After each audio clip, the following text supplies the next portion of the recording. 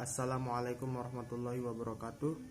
Nama saya Datu Garindra Adlak Bayu Aji. Di sini saya akan menjelaskan apa saja kewenangan dari pejabat sementara serta siapakah pejabat yang dapat membuat kebijakan strategis.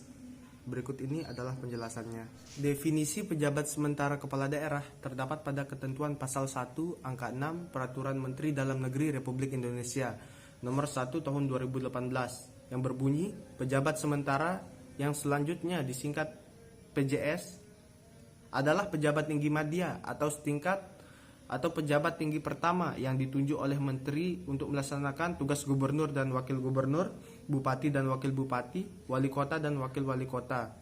Karena gubernur dan wakil gubernur, bupati dan wakil bupati, wali kota dan wakil wali kota cuti di luar tanggungan negara untuk melaksanakan kampanye gubernur dan wakil gubernur, bupati dan wakil bupati, serta wali kota dan wakil wali kota.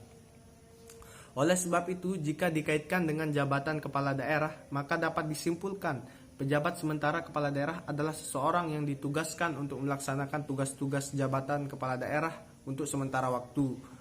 Dalam asas legalitas tersirat bahwa wewenang pemerintahan berasal dari peraturan perundang-undangan. Artinya sumber wewenang pemerintah adalah peraturan perundang-undangan.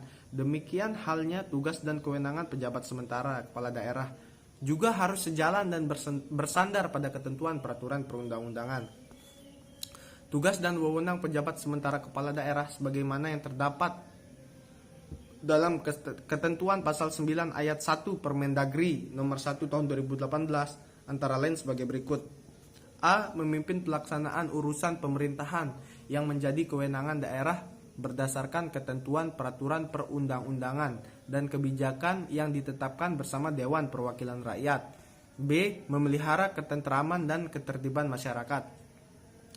C. Memfasilitasi penyelenggaraan pemilihan gubernur dan wakil gubernur, bupati dan wakil bupati, wali kota dan wakil wali kota yang definitif serta menjaga netralitas pegawai negeri sipil. D. Melakukan pembahasan rancangan peraturan daerah dan dapat menandatangani peraturan daerah setelah mendapat persetujuan tertulis dari Menteri Dalam Negeri. E.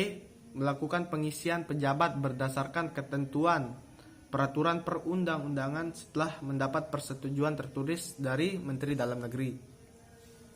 Beberapa kewenangan kepala daerah definitif seperti membahas rancangan peraturan daerah, menandatangani peraturan daerah, serta melakukan pengisian kekosongan pejabat tidak serta-merta dapat dilakukan oleh pejabat sementara kepala daerah, kecuali mendapatkan persetujuan tertulis dari Menteri Dalam Negeri dalam menjalankan tugas dan wewenang selama kepala daerah dan wakil kepala daerah melaksanakan cuti kampanye.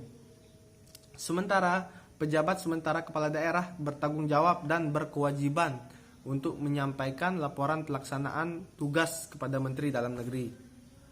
Ada sejumlah larangan yang tidak boleh dilakukan oleh pejabat sementara gubernur. Hal ini merujuk pada pasal 132A Undang-Undang PP nomor 49 tahun 2008 tentang perubahan ketiga atas PP nomor 6 tahun 2005 tentang pemilihan, pengesahan, pengangkatan dan pemberhentian kepala daerah dan wakil kepala daerah antara lain melakukan mutasi pegawai, membatalkan perizinan yang telah dikeluarkan pejabat sebelumnya dan atau mengeluarkan perizinan yang bertentangan dengan yang dikeluarkan pejabat sebelumnya, membuat kebijakan tentang pemekaran daerah yang bertentangan dengan kebijakan pejabat sebelumnya, dan membuat kebijakan yang bertentangan dengan kebijakan penyelenggaraan pemerintahan dan program pembangunan pejabat sebelumnya, meski ketentuan terkait larangan dimaksud dapat dikecualikan setelah mendapat persetujuan tertulis dari Menteri Dalam Negeri.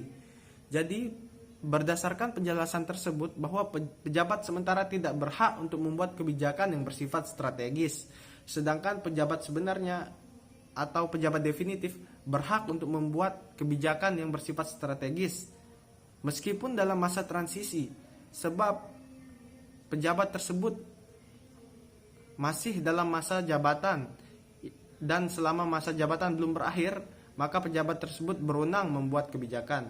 Sekian dari saya, Datu Garindra Adlak Bayu Aji. Kurang lebihnya mohon maaf. Wassalamualaikum warahmatullahi wabarakatuh.